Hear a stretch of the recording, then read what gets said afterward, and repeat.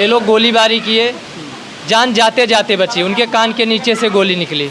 अगर कोई व्यक्ति आपको ये बता रहा है कि हम मेरे ऊपर गोली चलाई गई है, तो आपका काम होता है विवेचना करना, ना कि उससे ये कहना कि जब गोली चल रही थी तो आपने वीडियो क्यों नहीं बनाया। गोली वहाँ चली। कहाँ पे?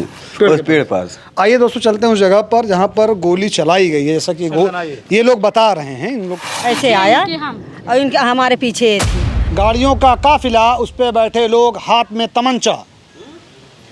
गली मोहल्ले गांव से जब निकले तो दहशत फैलाते हुए पहुंचते हैं एक मकान पर, वहां पर रुकते हैं, गाली गलौज करते हैं और बंदूक तान देते हैं घर के सदस्य के ऊपर।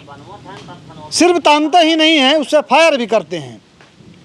जब फायर होती है उसके बाद से पूरे इलाके में दहशत का माहौल है कि जो लोग फायर कर सकते हैं वो आगे कुछ भी कर सकते हैं। और आपको भी पता होगा, जब कोई घटना होनी होती है तो उसके लिए सिर्फ एक पल, एक लम्हा लगता है। अगर वह बुलेट सर के बगल से ना जाकर 2 इंच इधर से जाती तो इस घर पे आज एक अर्थी होती। ये घर वाले जो अभी आप देख रहे हैं कैमरे के फ्रेम में खड़े हुए हैं, ये रो रहे होते, बिलख रहे होते। यहाँ पर प्रशासन के लोग मौजूद होते। यहाँ पे बहुत सारे ऐसे नेता आए होते जो इनके पास पहुँचते, इनसे मुलाकात करते, इनसे बात करते। लेकिन सोचिए, ये घटना जब इनके साथ होती है तब से ये पूरा गांव, जिस गांव में मैं मौजूद हूँ, इस पूरे गांव में डर का माहौल है। खासकर ये परिवार डरा हुआ है। ये माता जी हैं, उनके बच्चे हैं, उनके घर परिवार वाले हैं। इनसे जानने की कोशिश करेंगे कि घटना क्यों हुई, कौन थे वो लोग जो गाड़ियों का काफिला लेके निकले और यहाँ पर फायरिंग किए। अम्मा का नाम आपके? कुसुम पांडे। कुसुम पांडे। हाँ। कल काभा आई हैं? कल हम दोपहरिया था, ये लड़का गया था सूरपुर, वहाँ जो 4-10 लोग थे, इनको घेरे तो ये वहाँ इनके बड़े पापा थे, इनके भेज दिए घर, तुम घर चले जाओ। तब ये घर चाचा पे पास फ़ोन किए, वो भी बोले कि चले आओ घर पे। आए तो ये जब घर आ गए तो लोग फ़ोन करने लगे कि आओ यहाँ पुलिया पे मिलते हैं, यहाँ विश्व बैंक पे मिलते हैं। तो ये लोग, इनके चाचा ये बोले कि आओ घर पे, हम वहाँ नहीं आएंगे बाहर। तब वो लोग आए, यहाँ विश्व बैंक में गाली दे रहे थे सब खड़े होके वहाँ से। तब हम लोग यहाँ अपने दरवाजे पे थे, रोड के बगल में है घर।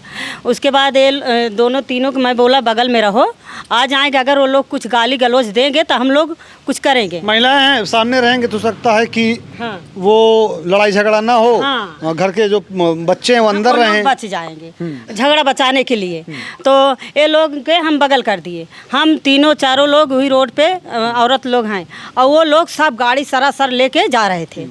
उसके बाद गए, हमारा खेत है वहाँ, चरी बोई है, वहाँ सब खड़े हो गए, ठमक गए। तो फिर जो पीछे वाले हैं, एक मोटा था, वो भी हम अपने देवर से बोले तुम यहीं पे रहो, हम पूछ के आते हैं तुम क्यों लोग रोज़ झगड़ा मचाते हो। तब वो बोले नहीं तुम मत जाओ, हम भी चलेंगे। तो देवर और देवरानी हमारे साथ गए। हम लोग इधर आम के पहले थे और वो चरी के पास थे। हम लोग देखे तभी मारे और हम दाग दिए। उसके बाद बगल से गोली निकल गई। अभी आप हमारे साथ बने रहिएगा, हम चलेंगे उस जगह पर जहाँ पर गोली चलाई गई है। वो स्थान आपको दिखाएंगे। हाँ, और वो चीज़ दिखाएंगे आपको जहाँ पर गोली चलाई गई है। जिनके ऊपर गोली चलाई गई है वो यहाँ पर मौजूद हैं? वो अभी है नहीं, जौनपुर गए हैं, आ रहे हैं। कोई सुनवाई नहीं है यहाँ थाना पे सुनवाई नहीं हो रहा। तब ये 100 नंबर बुलाई गई। उसके बाद 100 नंबर आई, सब देखभाल की। फिर बड़े साहब आए, वो भी मुआयना किए। हम सबको लेके गए थाना पे। इनको लेके गए, जो गोली मारे थे उनके घर पे गए, वो लोग नहीं मिले। हाँ, वो लोग मिले नहीं। ये धमकी किसको दी जाती है? लड़ाई किससे स्टार्ट होती है? लड़ाई ये प्रशांत से स्टार्ट होती है। और उसके साथ साथ रोहित को धमकी देते हैं आपसे। हाँ। अच्छा, ये दोनों भाइयों से लड़ाई चालू होती है। हाँ, इन्हीं दोनों से लड़ाई है, हम से लड़ाई नहीं है। तो लड़ाई तो लड़कों से ही होती है, महिलाओं से कोई लड़ाई क्यों करेगा? लेकिन हम सब अलग हैं, लेकिन तब भी हम से ऊपर वो लोग जलन करते हैं जहाँ पाते हैं गाली गलौज हो। और वो भैया क्या कहे? औरत आगे रहती है आपके इनके घर के गुंडे हैं। हम एक मिनट, एक लोग बताइए क्या बात? वो अनुराग आशीष बोलता है, औरत जो है इनके घर के गुंडे हैं और जो आदमी है वो नमर्द हैं। वो बोलते हैं जब कोई भी मैटर होता है तो इनकी घर की औरतें पहले डंडा लाठी लेके निकलती हैं, उसके बाद आदमी बिल में घुसा रहता है। तो जो भी शेरनी है इनके घर की, औरत शेरनी है, आदमी कुछ नहीं करेंगे। तुम दरवाजे पे आके चढ़ोगे, औरत रहेंगे, बच्चे रहेंगे, वही निकलेंगे ना। दूसरा तो कोई नहीं है, आस पड़ोस वाला देखेगा तो वही आएगा। हम लोग परदेश कमाने वाले हैं, 4-4 साल हम मुंबई से नहीं आते हैं, हमारे भी 2 बच्चे हैं, हमारे पिताजी हमारे साथ में वहाँ रहते हैं। 5 साल पे हमारे भाई साहब आए, इनके साथ फ़ोन पे तड़की धमकी, काट डालूंगा, मार डालूंगा अगर अशोकपुर कला में तुम दिख गए, जौनपुर जिला में। हमारे घर से बोलते, अनुराग बोलता है हमारे घर से सूरापुर बाजार 6 किलोमीटर है, तुम्हारे घर से 1 किलोमीटर, तुम क्यों डरते हो बाजार माने? क्योंकि हम लोग लोच्चा आदमी नहीं है, इनकी जैसे लफंगा नहीं है। हमको क्या है, मान सम्मान से जीना है, 10 जन में उठना बैठना है। तो उनको हम बहुत बार ये चीज़ फ़ोनों पे समझाए, आप ऐसा बात मत करो, हमारा आपका लेन देन ख़त्म है। और आशीष के पिताजी का नाम है जगदीश शर्मा। सीधे सरल शब्दों में मुझे कोई ये बता सकता है कि झगड़ा क्यों हुआ या फिर वो लोग मतलब गोली यहाँ पर क्यों चलाई गई? यस सर, बताइए। सर कैसा था कि मेरा उनका कुछ लेन देन था, लेकिन लेन देन बीच में सब ख़त्म कर दिया गया कुछ ही दिनों पहले, अभी 8-9 महीने पहले। तो हम लोग का लेन देन ख़त्म हुआ, उनसे मैं बोल दिया भाई हमारा तुम्हारा अब लेन देन, हमारा तुम्हारा कोई रिलेशन नहीं है। बीच में हम लोग छोटा सा एक प्रोग्राम किए थे सुंदरकांड, तो मुझे वो कॉल करके बोल रहा है आप मुझे निमंत्रण क्यों नहीं दिए? तो मैं बोला आपको निमंत्रण क्यों दूँ, मेरा आपका रिलेशन क्या है? जब हमारा आपका लेन देन ख़त्म हो गया, हमारा आपका संबंध भी ख़त्म हो गया वहीं से। तो कल सडन मैं सूरापुर गया, हमारे बड़े पिताजी थे, उनकी लड़की की सगाई थी, तो मैं उनके साथ शाहगंज गया, शाहगंज से आया सूरापुर, अंशु किराना स्टोर है, वहाँ पे बैठ के हम लोग बात कर रहे थे। ये वहाँ से 2-3 लोग अपाची पे बैठे हुए आए, मुझे बुलाए, बोले कि ऐसा कर दूंगा, मार दूंगा, दाग दूंगा, काट दूंगा, मतलब कुछ भी कर दूंगा। तो मैं अपने बड़े पिताजी हमारे मुझे वहाँ से भगा दिए, बोले तुम घर पे चले जाओ। ठीक है, आइए अंदर चले, क्योंकि ये आंधी है, ये तूफान है। एक तो इस घर पर वैसे ही विपदा आई है, उसके साथ साथ कुदरत भी अपना निज़ाम दिखा रहा है। ऐसी हवा, ऐसी आंधी चली है कि आप देख सकते हैं, हर तरफ आप देखिए, ये उस समय का माहौल है जब हम खबर कर रहे हैं, और इसी दरमियान आंधी आती है, हवा एक विकराल रूप लेती है। ये बाधा डालेगी हमारी ये खबर कवर करने में, लेकिन ये आपका अपना चैनल, अपना सुल्तानपुर है, ये सारी चुनौतियों को मात देते हुए जो खबर होगी वो आप तक पहुंचाएगा। आप क्या बता रहे थे भैया आप? मैं चौराहे पे गया था, ये लोग 4-5 लोग वहाँ पे मुझे मिले, मुझे धमकी दिए, बोले कि तुमको गोली जान से मार दूंगा। मैं 5 साल से घर पे नहीं आया, अभी मेरा यहाँ ट्रांसफ़र हुआ आजमगढ़ ट्रांसफ़र हुआ, मुझे बोलते हैं तुमको ड्यूटी नहीं करने दूंगा, यही सब मामला चल रहा है हमारा इनका। कल हमारे घर पे आए, हमारे छोटे अंकल थे, ये लोग गोलीबारी किए, जान जाते जाते बची, उनके कान के नीचे से गोली निकली। ये गोली चलाने वाला कौन था? इसमें आशीष शर्मा थे, अनुराग शर्मा, प्रदीप यादव और दिव्यांशु यादव, अंकित यादव। आप लोगों ने लिखित तहरीर दी है?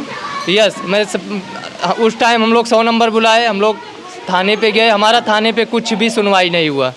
कुछ हम लोग 4 घंटे बैठे थे वहाँ पे अंकित राय करके सिपाही थे, वो उनसे बात हुआ, बोले 5 मिनट में, वो यहाँ तक भी बोले गोली नहीं चली थी वहाँ पे। मैं यही सरकार से गुजारिश करना चाहता हूँ कि हमारे 4 गांव के एरिया में किसी से भी वो मुआयना कर सकते हैं यहाँ पे गोली चली थी कि नहीं चली थी। अगर गोली चली थी उस समय बहुत सारे लोग इकट्ठा हो गए होंगे। यहाँ कम से कम मौजूदगी में 50 से 60 लोग इकट्ठा हो गए थे गोली की आवाज़ से। कैमरामैन से मैं कहूँगा वो इस साइड आ जाए, हो सकता है विजुअल कुछ क्लियर ना आ रहा हो क्योंकि आंधी ऐसी चली। उसके बाद हम आपको सारी जानकारी देंगे और आपको बताएंगे और हम भी समझने की कोशिश करेंगे। अच्छा भैया, आप लिखित देते हैं, भैया थोड़ा सामने सर जी, आप लिखित वहाँ पे तहरीर देते हैं, लेकिन आपको ये है कि वहाँ से आपको कोई भी राहत नहीं मिली, कुछ भी सुना? अभी तक वो लोग मतलब गोलीबारी करने के बाद भी सीना चौड़ा करके घूम रहे हैं, कुछ भी कर सकते हैं वो लोग। वहाँ पे कुछ लोग को सिफारिश के लिए लेके गए थे, उनका सिफारिश में वो लोग थाने को रिश्वत दिए। थाने पे रिश्वत देने के बाद भी हम लोग का कुछ भी सुनवाई थाने पे नहीं हुआ है। थाने पे मतलब कुछ भी सुनवाई नहीं। यहाँ तक कि वो लोग हमारा फ़ोन भी छीन लिए। आप लोग का फ़ोन छीन लिए? फ़ोन भी छीन लिया था। कौन छीना?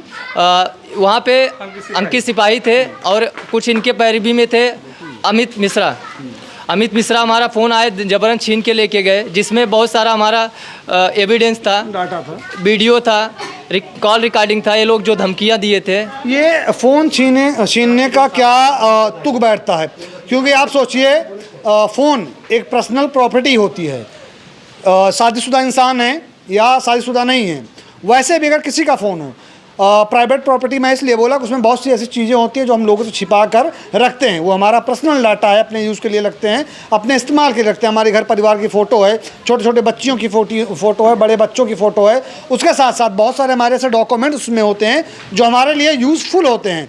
अगर उससे कोई छेड़छाड़ होती है, उसके साथ कुछ भी होता है, उस सबूत के साथ या उन तस्वीरों के साथ, तो उसका जिम्मेदार कौन होगा?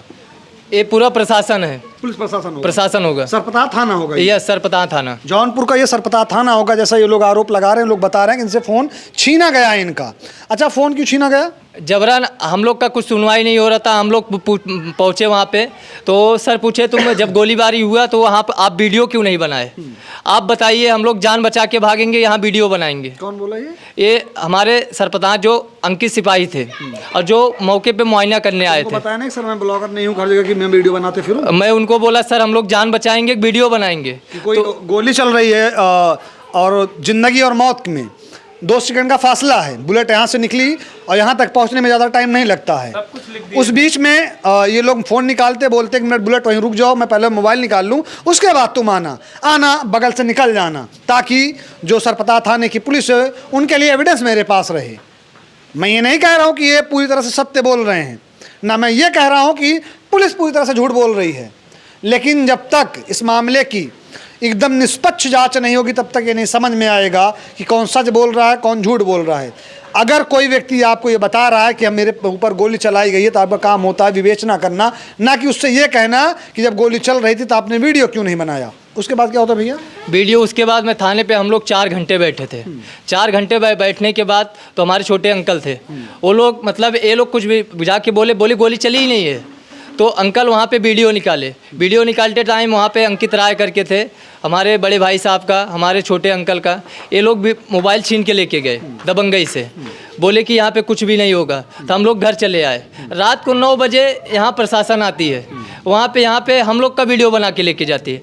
अभी तक मतलब जो वीडियो किस पर्पस से बनाती है? वीडियो हम लोग से पूछती है क्या हुआ क्या नहीं हुआ, इंक्वायरी करने के लिए, लेकिन अभी भी अपराधी मार्केट में घूम रहे हैं। एफआईआर लिखी गई? एफआईआर तक नहीं लिखी गई हम लोग की। एप्लीकेशन आपने दिया? एप्लीकेशन हम लोग लिख के दिए। एप्लीकेशन की कॉपी है आप लोगों के पास? कुछ भी नहीं, वो लोग जबरन सब कुछ छीन लिए। उसके लिए ही तो आप लोगों ने फोटो नहीं खींचा? कुछ भी वो खींचने का मौका नहीं दिए। वहाँ टेबल पे बैठा के एप्लीकेशन लिखाए सामने, वहीं पे बैठे, वहीं जबरदस्ती बैठा के अपने बुक में ही वो एप्लीकेशन लिखवाए, और दूसरा एप्लीकेशन हम लोग बना के लेके गए, ये मान्य नहीं कर रहे हैं। ये एप्लीकेशन आप लोगों ने बाद में लेके गए? हाँ, ये बाद में लेके हम लोग बना के गए। एक एप्लीकेशन जो आपने पहले दिया है वो आपने लिख के, पहले एप्लीकेशन ये पहले ही है? यही एप्लीकेशन आपने ये दिया? पहले एप्लीकेशन हम लोग लेके गए थे। ये एप्लीकेशन मान्य नहीं किए। काहे लिए? वो बोले वहाँ गोली चली ही नहीं है। अपनी मर्जी से लिखा है ना एप्लीकेशन। वो मुझे बोले गोली चली ही नहीं है, वहाँ पे आपके पास वीडियो नहीं है, कोई सबूत नहीं, वहाँ गोली चली नहीं है। मैं बोला सर गोली ठीक है, गोली नहीं चली है। आप हमारे गांव में सर्वे कीजिए, मुआयना कीजिए, आके पता कीजिए। ठीक है, हम लोग झूठ बोल रहे हैं, लेकिन दूसरे गांव के लोग नहीं झूठ बोलेंगे। उनको गोली की आवाज़ तो सुनाई दी होगी। वहाँ पे जो 50 लोग इकट्ठा हुए थे, वो लोग झूठ तो नहीं बोलेंगे। हमारे गांव से 1 किलोमीटर दूर तक लोग यहाँ पे पहुँचे थे। अच्छा, कितने लोगों के 3 किलोमीटर दूर के हैं। कितने लोगों के नाम आप लोगों ने नामजद एफआईआर करने के लिए एप्लीकेशन दिया है? अनुराग शर्मा, आशीष शर्मा और प्रदीप यादव, अंकित यादव, दिव्यांशु यादव, इन लोग के नाम से जल्दी हम लोग एफआईआर करने के लिए गए थे। लेकिन एफआईआर अभी तक नहीं हुआ? अभी तक नहीं हुआ है कुछ। जिन चाचा के बगल से गोली आपके बताने के अनुसार निकली, वो अभी कहाँ पे हैं? अभी हमारे वो चाचा जी यहाँ से हम लोग का कुछ सुनवाई नहीं हुआ, तो कप्तान साहब के यहाँ गए हैं। SP office Jaunpur. क्या नाम है भैया आपका? हमारा नाम चंदन है। कहाँ के रहने वाले हैं? गौरव टिकरी। ये क्या हुआ, चोट लगी है क्या आपको? हाँ, क्या हुआ था? एक्सीडेंट हो गया। एक्सीडेंट हुआ था। कल क्या हुआ था? कल यहीं हम बात कर रहे थे फ़ोन से। कहाँ पे? वहीं रोड पे। तो अचानक गोली की आवाज़ आई। जब गोली की आवाज़ आई तो घूम के देखे तो वहीं चला के उन लोग भाग रहे थे। किस चीज़ से थे? गाड़ी से, मोटरसाइकिल। गाड़ी आपने देखी थी? हाँ। कितने लोग थे अरे लमसम में 25-25 आदमी थे पूरा। आगे पीछे गाड़ी नहीं खड़ी है। उस समय आप यहीं पे मौजूद थे? हाँ, इस समय तो वहीं थे। हाँ, वही उस रोड पे था। गोली कहाँ पे चलाई उन्होंने? गोली वहाँ चली थी। कहाँ पे? उस पेड़ पास। आइए दोस्तों, चलते हैं उस जगह पर जहाँ पर गोली चलाई गई है, जैसा कि ये लोग बता रहे हैं, इन लोग के बताने के अनुसार। फिर मैं कहूँगा कि ये जब पुलिस निष्पक्ष तरीके से जांच करेगी, विवेचना करेगी, तब उसमें निकल के आएगा कि कौन सच बोल रहा है, कौन झूठ बोल रहा है। क्या बोल रहे हैं भैया? सरपतहा थाना जो जौनपुर है हमारा, वो एक ही चीज़ बोल रहा है, यहाँ गोली नहीं चली है, कोई साबूत लाओ तब हम मानेंगे। उनका कहने का मतलब अगर वो जो हमारे अंकल को गोली लग जाता तब इनको साबूत मिल जाता। जब तक गोली नहीं लगी है तब तक इनको साबूत नहीं मानेंगे।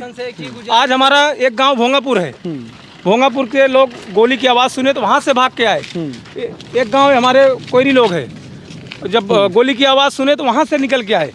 तो अगर गोली नहीं चली होती तो लोग गांव-गांव से क्यों दौड़ के आते हैं सड़क पे? तो यही सब सरपतहा थाना की कहानी लापरवाही है, लापरवाही। अच्छा, जब वो लोग आते, ये जो हमारा कहना है हमारे मुख्यमंत्री योगी आदित्यनाथ तक ये पहुंचना चाहिए, हमको न्याय मिलना चाहिए, इनको कड़ी से कड़ी सजा मिले, 10 से 15 साल का इनको जेल होना चाहिए। जो दबंगई ये लोग गांव में अशोकपुर कला में कर रहे हैं। और हमारे गांव में हमारे बड़े पिताजी हैं। सुनिए, ये जब बाइक से लोग आते हैं तो आपके घर के पास रुकते हैं? जी हाँ, पहले वहाँ जंप मारे मेरे घर सर। जब ये लोग आते हैं तो वहाँ सरकारी टिब्बल के पास रुकते हैं। सरकारी टिब्बल के पास गाली गलौज सब देते हुए तो हमारी माता जी, हमारी आंटी जी, हमारे छोटे अंकल वो लोग मुझे घर से नहीं निकलने दिए। एक मिनट, क्या बता रही हैं? यहाँ हम लोग पहुँचे थे। आप लोग मौजूद थे? हाँ, हम तीनों मौजूद हैं। हमारा देवर जौनपुर गया है और हम लोग यहाँ पहुँचे तो वहाँ सफेदा के पास वो खड़ा था। वो सब लोग गाड़ी से धीरे धीरे जा रहे थे और रुक के ऐसे और मारा। और मैं इधर थी और देवर इधर था, ऐसे आया और इनके हमारे पीछे ये थी। क्या थाना पे या जब वो मर जाते तब वो लोग सच मानते, तब लिखते, हम तो देश से विदा हो जाते। लेकिन आज लगी नहीं तो हाँ वो सुनवाई नहीं हुई। तो जब मर जाते तब वो लोग सच मानते, तब लिखते। अगर जिंदा हैं तो सच ही नहीं मान रहे हैं, वो लिख ही नहीं रहे हैं। जब तक नहीं मारोगे तब तक नहीं साबित होगा कि आपके साथ अन्याय हुआ, दुर्घटना हुई। हाँ, लेडीज पुलिस नहीं है वहाँ पर, लेकिन हमारे हाथ से, इनके हाथ से जींस पुलिस छोड़े थे मोबाइल। मोबाइल हम दिए ना अपने ब्लाउज में, हमारे हाथ झटक दिए। हम कहे मत छोड़ो मोबाइल, लेकिन मेरे हाथ झटक दिए। हाँ, पुरुष। लेडीज पुलिस नहीं थी, जींस पुलिस थी। अंकित राय। गजब है सरपतहा प्रशासन, ये महिलाएं बड़ा गंभीर आरोप लगा रहे हैं हम लोगों के ऊपर। यहाँ पर भाजपा सरकार कहती है बेटी बचाओ, बेटी पढ़ाओ, महिला सम्मान की बात करती है। वहीं पर सरपतहा थाना जो जौनपुर के अंतर्गत आता है, चले हम ब्लाउज में डाल लिए, मोबाइल डाल लिए, लेकिन मेरे पति को और उनको पैंट में डाल लिए, पैंट से छीन के 4 लोग हाथ मसक के मोबाइल पैंट से निकाल लिए। एक बात, लेडीज पुलिस नहीं थी तब भी मेरा हाथ झटके थे वो। दोस्तों ये वही जगह जहाँ पर गोली चलाई जाती है, थाना सरपतहा है। गांव का नाम अशोकपुर कला है, जिला जौनपुर है। यहाँ के रहने वाले ये लोग हैं जो बहुत ही गंभीर आरोप लगा रहे हैं। आप सोचिए, अगर इनकी जान चली जाती, कल गोली बगल से निकल के ना सीने या माथे पे लगती, तब तो इनके FIR लिखी जाती। जैसा ये लोग बता रहे, लोग आरोप लगा रहे हैं। एक मिनट, लगा रहे हैं, गोली नहीं लगी, गोली बगल से निकल गई, मतलब है कि इनके साथ कुछ घटना हुई नहीं है। क्या कर रहे हैं आप? आशीष शर्मा जो थे और अनुराग शर्मा, ये लोग 15 दिन पहले हमारे साथ दबंगई किए थे। दबंगई मतलब फ़ोन पे। तो जब ये दबंगई की, बोले तुम्हारे घर में जितनी गुर्दा है, तुम जहाँ मुझसे मिलना चाहते हो मिल लो। मैं सर, हाँ बताइए। ये बोले जहाँ तुम्हारी जितनी ताकत है तुम लगा लो, तुमको नंगा नाच नचाएंगे हम। तो हम भी, हमारी भी माँ जन्म दी थी, हम बोले हमारी भी माँ 9 महीना पाल पोस के बड़ी किया है, हम भी आएंगे, तुम जहाँ बोलोगे वहाँ। इनके दरवाजे पे चढ़ के गए थे हम 15 दिन पहले। हम बोला अभी तुमको जो मारना है, पीटना है, जो करना है तुम मेरे साथ का डालो। तो वो मैटर वहीं से क्लोज हो गया था। लेकिन अचानक हमारे अंकल के ऊपर ये लोग अटैक किए, जान लेने का प्लान इनका। तो दोस्तों आपने देखा, ये खबर है, सब कुछ आपको विस्तार से पता चल गया। अब देखना ये होगा कि जौनपुर की पुलिस इस पर कार्रवाई कैसे करती है।